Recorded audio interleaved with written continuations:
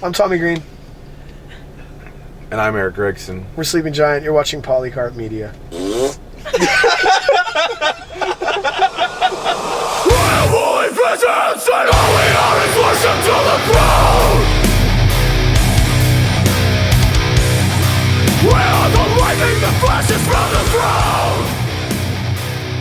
believe in God. Like, we really believe in a relationship with this God, and we believe that God is good. Like, always good. Only good. But most of us are coming from a background that is not good. And most of the people that we talk to are convinced that there's got to be an angle to him because of the things that they've experienced in their life, and because stuff is so broken in the earth. And so it's easy to feel like Christians are naive and stupid, and they live in la la land, and we think that, once you become a Christian, you have to pretend like everything is okay, or if you're really deluded, you actually believe that everything is okay. And I don't believe that everything is okay, and I don't believe that there's a lot of aspects of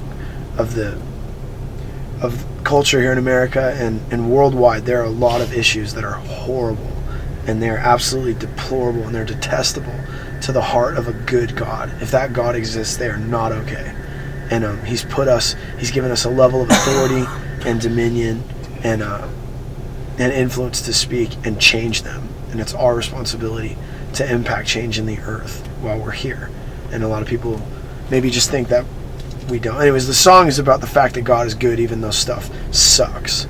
And so what I've been doing on the tour is I've just been trying to connect personally with maybe an area of injustice in my own life so that I can share that with people at our shows, and maybe build a bridge in relationship and transparency that might open up the transforming power of love in the room. Like, I want people to experience the love that God has shown me, and the freedom and the healing that I've experienced. So how do you do that? You share testimony, and I believe that God really changes the atmosphere when people get honest, and on a really good night you can actually feel it in the room. There's a real response in people, and it gives people permission to be human, and I love that. It's like my favorite thing.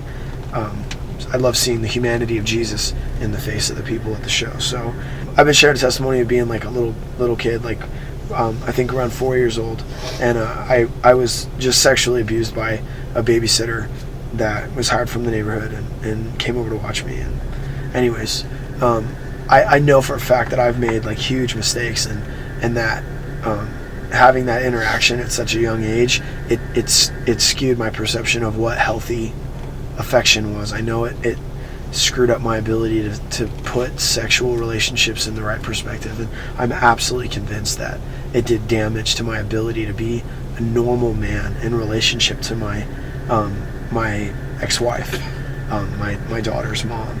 And I went through a divorce, and the part that I played in that relationship was really broken, and I have a feeling that some of my dysfunction did damage to my old friend, my ex-wife, and that wasn't her fault. That was on me, But what I've been sharing from stage is that, there was a debt that sick individual that happened, and there's a part of my heart that's like, there's a very real debt there. Like, I was robbed of some real innocent things being a little kid, and I know that it affected my family. And so not only was I robbed, but my family was robbed. And not only was I robbed and my family robbed, but I had a little girl, and because of the problems in my marriage, and some of them related to that issue, I'm sure, that stole from Marin too. And so there's a debt outstanding, not only for me and my family, but there's also a debt to my little girl, and that person owes me. And I know for the longest time I felt like I was so angry and so bitter and so pissed off, and it was justified because there's a debt. Like, you owe me that, and there's a part of my heart that was like, I'm going to be in charge of that debt, and I will see that debt gets paid, and I'll work it out myself, or if I ever saw that person, I just wished horrible things on them. And when I really met the biblical Jesus and I saw his story, I was confronted with the fact that it's not about that I was every bit as bad, and I had done every bit. No, I mean, I on a scale before the cross, all of us have sinned. All of us have done horrible things to one another, and all of us are broken, and so I couldn't rightly ask him to forgive me and hold this unforgiveness towards these people in my life that had hurt me. And it's an ongoing process, but I literally had to say there's a debt outstanding, but I released that debt, and now that debt isn't, you don't have to pay me. I'm not going to be God in this situation. Your debt is between, and that's the process of forgiveness. It's not a feeling, it's a choice, it's a decision to say there is a debt outstanding, and I know what it is, and I'm choosing to take my hands off of it, and I forgive that debt. And that's exactly what happened in our life between us and a very just and good and righteous Father. He said there's things between us, and there's a debt, and I'm going to settle that debt. I'm going to settle that account for you, because I just want to be in relationship with you.